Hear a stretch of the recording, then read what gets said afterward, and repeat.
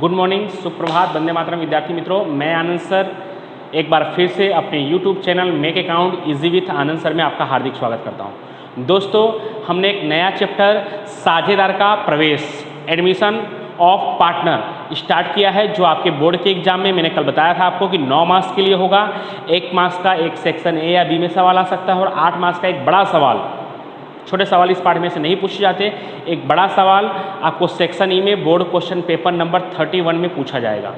कल के वीडियो में आपने देखा था कि प्रस्तावना की साझेदार का प्रवेश कैसे होता है, क्यों होता है, उसके बारे में हमने जाना था। प्रवेश देने के कारण यानी पीढ़ी में नए साझेदार का प्रवेश क्यों देते हैं, उसके कुछ 5 महत्वपूर्ण कारण को हमने सीखा था।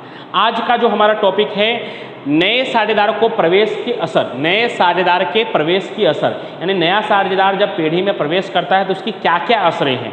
और उसके बाद दूसरा टॉपिक है पीढ़ी में नए साझेदार को प्रवेश देने के बाद की असर। ये दोनों लगभग एक ही है, लेकिन ये थोड़ा संक्षिप्त में है। इन टॉपिकों पे हमें आगे भी चर्चा करना है और इन टॉपिकों से जुड़ा हुआ हम सवाल हल करेंगे। सवाल आपके बुक में स्वाध्याय में छोटे सवाल भी दिए हुए हैं और बड़े सवाल भी दिए हुए हैं। छोटे छोटे काफ़ी सवाल दिए हुए हैं, वो आपके बोर्ड के परीक्षा में नहीं पूछते, लेकिन वो छोटे सवाल बड़े सवाल का एक भाग है। यानी आप बड़े सवाल सीखेंगे तो उसके अंदर अपने आप वो सवाल आ जाएगा, लेकिन फिर भी हम थोड़ी प्रैक्टिस के लिए थोड़े बहुत छोटे सवाल को सीखेंगे। बाकी बोर्ड के एग्जाम में या किसी एग्जाम में आपके कोई छोटे सवाल पूछे नहीं जाते, सिर्फ और सिर्फ एक बड़ा सवाल होता है 8 मार्क्स का, जो सेक्शन ई में होता है। यानी अगर हम छोटे सवाल नहीं भी करें तो भी कोई दिक्कत नहीं, बड़े सवालों के अंदर वो आ जाएगा, लेकिन अपने को अच्छी तरह से समझ में आए इसके लिए हम शुरुआत में 5-6 छोटे सवालों का भी अभ्यास करेंगे। तो चलिए शुरू करते हैं आज का वीडियो, आज का लेक्चर। तो नए साझेदार के प्रवेश की असर, अगर पीढ़ी में नया साझेदार प्रवेश करता है तो क्या क्या असरें हो सकती है, उसकी क्या क्या इफेक्ट है वो देखते हैं। तो पहला, पुराने साझेदारी का अंत आता है और नए साझेदारी अस्तित्व में आती है, उसका प्रारंभ होता है। ये मैंने पहले भी आपको कल बताया था कि नए साझेदार के प्रवेश होने से जो पुराने साझेदारी होती है वो टूट जाती है, उसका अंत आ जाता है और एक नए साझेदारी अस्तित्व में आती है या नए साझेदारी का प्रारंभ होता है। और क्या क्या होता है, तो दूसरा, नए साझेदार को लाभ में से हिस्सा मिलता है और पुराने साझेदार को अपने लाभ में से त्याग करना पड़ता है, क्योंकि लाभ में से जो उसे हिस्सा मिलेगा वो बाहर से तो कहीं मिलेगा नहीं। यानी अगर मान लीजिए कि पहले से हम 2 साझेदार हैं, राम और श्याम, अगर 2 साझेदार हैं पहले से, और उनके पीढ़ी का वार्षिक लाभ अगर 2 लाख हो रहा है और वो समान हिस्से में लाभ हानि बांटने वाले साझेदार है, तो उस हिसाब से राम को भी 1 लाख मिलेगा और श्याम को भी 1 लाख मिलेगा। अब मान लीजिए कोई तीसरा साझेदार आता है और तभी भी पीढ़ी का लाभ अगर 2 लाख होता है और तीनों का हिस्सा समान है, तो पहले जो उनको 1 लाख रुपया लाभ मिल रहा था वो अब कम मिलेगा। अगर आपको लगेगा कि सर लाभ अगर बढ़ जाएगा तो 3 लाख लाभ होगा, तब तो सबको 1-1 लाख ही मिलेगा, लेकिन 3 लाख लाभ होगा तब 1-1 लाख मिलेगा। अगर 3 लाख लाभ होता और वो 2 ही लोग होते तो कितना मिलता, 1,50,000 और 1,50,000 मिलता।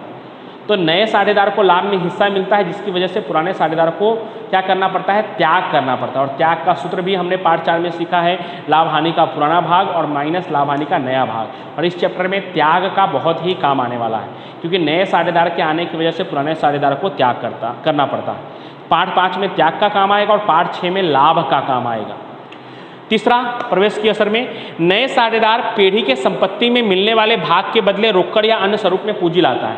नए साझेदार को भी अगर पीढ़ी में के संपत्ति में भाग चाहिए या उसे अगर भाग मिलता है तो बदले में उसे भी पूंजी लाना पड़ता है, चाहे वो रोकड़ स्वरूप में लाए या अन्य स्वरूप, यानी कोई संपत्ति भी लेकर आएगा तो भी वो उसकी पूंजी कहलाएगी, वो ला सकता है। कितना पूंजी लाना अनिवार्य है, इसकी कोई सीमा नहीं है। हम लोग पहले ही करार पत्र के नियम में पढ़ चुके हैं कि साझेदार के पूंजी की कोई सीमा नहीं, वो कितनी भी पूंजी ला सकता है अगर पहले से निश्चित नहीं है तब। चौथा, नए साझेदार के प्रवेश से पहले पीढ़ी में एकत्रित हुए लाभ हानि, अनामत, अवास्तविक संपत्ति का पुराने साझेदारों के बीच पुराने प्रमाण में वितरण किया जाता है।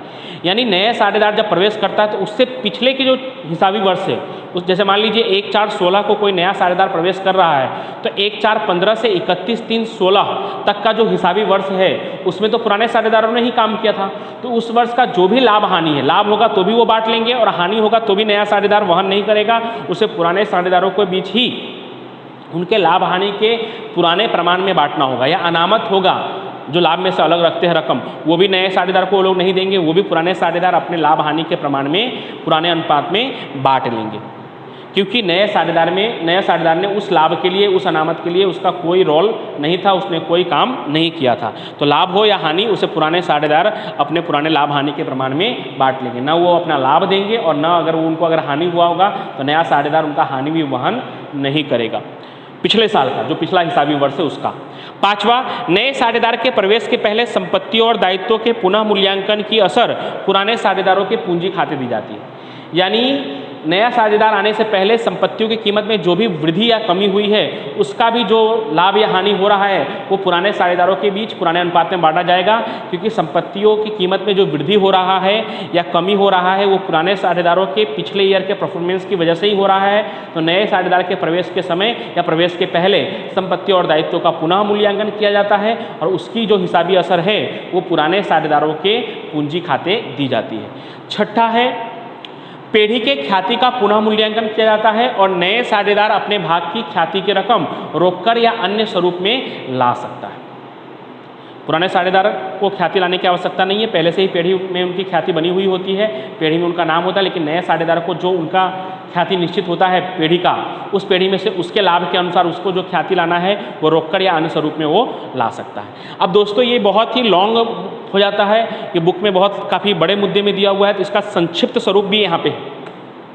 इसको आप सिर्फ पढ़ लेंगे तो याद करने की उतनी ज़रूरत नहीं है, आप खाली पढ़ के भी रखेंगे तो भी कोई दिक्कत नहीं, इसे याद करने की इतनी आवश्यकता नहीं, बस आप इसे लिख लीजिएगा और एक बार दो बार अच्छे से पढ़ लीजिएगा। लेकिन इसे आप अच्छी तरह से याद कर लीजिएगा क्योंकि ये टॉपिक हमें सवाल में काम आने वाला है। इस स्टेप के अनुसार हमें बारी बारी से सभी स्टेप को सीखना है। तो क्या है, तो पेढ़ी में नए साझेदार को प्रवेश देने की बाद की असर, अगर हम किसी साझेदार को हमने पेढ़ी में प्रवेश दे दिया, एडमिशन दे दिया, तो उसके बाद क्या क्या हमें करना है, क्या क्या काम करना है, प्रश्न को किस तरह से हल करना है, क्या क्या स्टेप होंगे। तो पहला होगा कि साझेदारों के लाभ हानि के अनुपात में परिवर्तन, यानी साझेदारों का एक नया लाभ हानि का अनुपात निश्चित होगा जो प्रश्न में पहले से ही दिया होगा। और उस पुराने साझेदारों को त्याग होगा और वो प्रश्न में नहीं दिया होगा, कभी दिया भी हो सकता है, नहीं भी दिया होगा तो आप निकाल लोगे क्योंकि आपको प्रश्न में पुराना और नया दोनों अनुपात दिया होगा। और जब दोनों अनुपात दिया होगा तो आप त्याग का सूत्र जानते हो, पुराना भाग माइनस नया भाग। यानी सबसे पहला काम हमें ये करना होगा कि पुराने साझेदारों के त्याग का प्रमाण निश्चित करना होगा। और त्याग के प्रमाण के लिए आपको प्रश्न में पहले से पुराना और नया दोनों प्रमाण दिया होगा। अगर नया प्रमाण नहीं दिया होगा तो पुराना प्रमाण ही उनका त्याग का प्रमाण कहलाएगा, क्योंकि पुराना में से नया 0 तो पुराना प्रमाण ही उनका क्या कहलाएगा, त्याग का प्रमाण कहलाएगा। लेकिन नए साझेदार का फिर लाभ दिया होगा, लाभ में हिस्सा, उसके वजह से हमें फिर लाभ हानि का नया प्रमाण ढूंढना पड़ेगा, वो हम ढूंढेंगे। उसका भी अलग अलग सूत्र है, 3-4 उसके तरीके हैं, वो हम सीखेंगे अगले वीडियो में। यानी अगले वीडियो में हमारा पहला टॉपिक यही होगा कि लाभ हानि के अनुपात में परिवर्तन और नए साझेदार का नया भाग कैसे निश्चित करते हैं, त्याग हम कैसे अलग अलग सूत्रों की मदद से निकालते हैं, वो हम अगले वीडियो में टॉपिक में सीखेंगे और उसके कुछ प्रश्नों को हल भी आगे की वीडियो में करते रहेंगे। और फिर हम बाद में बड़े क्वेश्चन को करेंगे तो हमें अच्छी तरह से समझ में आएगा। दूसरा टॉपिक है एकत्रित हुए लाभ हानि अनामत या अवास्तविक संपत्ति का वितरण, जो हमने इधर भी देख लिया कि नया साझेदार जो प्रवेश करता है उससे पहले जो हिसाबी वर्ष है, उससे पहले के जो वर्ष है, उस वर्ष में पेढ़ी को जो भी लाभ अनामत या अवास्तविक संपत्ति जो भी पेढ़ी का है उसका वितरण जो है वो पुराने साझेदारों के बीच पुराने अनुपात में होगा और जिसका असर हम पूंजी खाते में दर्शाएंगे। ये भी प्रश्न का एक भाग है। तीसरा, संपत्तियों और दायित्वों का पुनः मूल्यांकन किया जाएगा और उसकी असर दी जाएगी पुनः मूल्यांकन खाते में, और पुनः मूल्यांकन बंद करने के बाद जो उसका लाभ या हानि होगा उसका असर साझेदारों के पूंजी खाते में पुराने साझेदारों के बीच पुराने अनुपात में बांट दिया जाएगा। इसलिए मैंने आपको पार्ट 4 जब सीख रहे थे तब आपको मैंने पुनः मूल्यांकन से संबंधित 2-3 बड़े क्वेश्चन करवाए थे और उस समय भी कहा था कि ये क्वेश्चन इस चैप्टर में से तो नहीं पूछे जाते बड़े क्वेश्चन, लेकिन ये आपको आने वाले चैप्टर यानी 5वें और 6ठे चैप्टर में पुनः मूल्यांकन खाता या पुनः मूल्यांकन की जो असर होती है वो आपको बहुत काम आएगा। तो पुनः मूल्यांकन खाता मैंने उसमें सिखाया था आपको, उसका एक तरीका भी बताया था कि अगर आपको लगता है कि आपको नुकसान हो रहा है तो पुनः मूल्यांकन उधार और जिसमें नुकसान हो रहा है वो जमा। अगर आपको लगता है कि लाभ हो रहा है तो पुनः मूल्यांकन खाता जमा और जिसमें लाभ हो रहा है वो उधार। खैर ये सब अभी आपको नोटबुक में नहीं लिखना है, ये तो सिर्फ याद करवा रहा हूँ। नोटबुक में कल तो मैंने जो बताया था प्रस्तावना और प्रवेश देने का कारण वो लिखना है। उसके बाद प्रवेश की जो असर दिखाई दे रही है आपको मैंने 6 असर लिखा है, बुक में 7 लिखा है लेकिन 7वां कुछ मतलब का नहीं है, तो 6 असर मैंने वो लिखा है और 5 संक्षिप्त में जो असर लिखा है जितना मैंने बोर्ड पर लिखा है वो आपको स्पष्ट दिखाई दे, इसलिए मैं थोड़ा हट भी जा रहा हूँ। वो आपको लिखना है। चौथा है ख्याति संबंधित आश्रय, यानी ख्याति का मूल्यांकन किया जाएगा। पीढ़ी के ख्याति का, उसमें से जो नए साझेदार का ख्याति आएगा वो नया साझेदार रोकड़ में ला सकता है या अन्य स्वरूप में ला सकता है, उसका भी रोजनामचा है, वो भी हम आने वाली वीडियो में सीखेंगे। पांचवा है पूंजी में परिवर्तन। फिर उसके बाद सब कुछ होने के बाद पुनः मूल्यांकन खाता बंद करने के बाद पूंजी खाता बंद करेंगे, जिससे कि क्या होगा, पूंजी में परिवर्तन दिखाई देगा।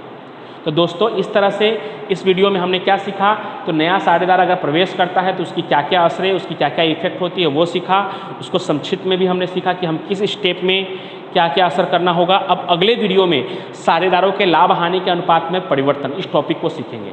तो साझेदारों के लाभ हानि के अनुपात में परिवर्तन होगा और इसमें क्या होगा कि पुराने साझेदार को त्याग ही होगा, लाभ होने का कोई चांस ही नहीं है, सिर्फ और सिर्फ त्याग ही होगा। हाँ, ये हो सकता है कि एक को त्याग हो, एक को त्याग ना हो, या एक को ज़्यादा त्याग हो जाए तो एक को लाभ हो सकता है, लेकिन दोनों को लाभ हो ऐसा कभी भी नहीं होगा। दोनों को त्याग हो ऐसा हो सकता है, और कभी कभी ऐसा भी होगा किसी एक को लाभ हो जाए और किसी एक को बहुत ज़्यादा त्याग हो जाए। तो वो हम लोग उसकी गणना सीखेंगे कि कैसे हम त्याग ज्ञात करते हैं, या नया साझेदार का प्रमाण, नया प्रमाण हम कैसे निश्चित करेंगे। उन सब की छोटे छोटे प्रश्नों की या उदाहरणों की हम लोग गणना करेंगे। उसके बाद बाकी के टॉपिक हम लाइन से पहला, फिर दूसरा, तीसरा, चौथा, पाँचवा ऐसे टॉपिक को सीखेंगे। और जब पाँचों टॉपिक पूरा अच्छी तरह से कंप्लीट हो जाएगा तब हम बड़े सवाल को हल करना सीखेंगे। उसके भी क्या स्टेप है, बड़े सवाल को कैसे हल करना है, वो भी मैं आसान तरीके से आपको सिखाऊँगा। Thank you.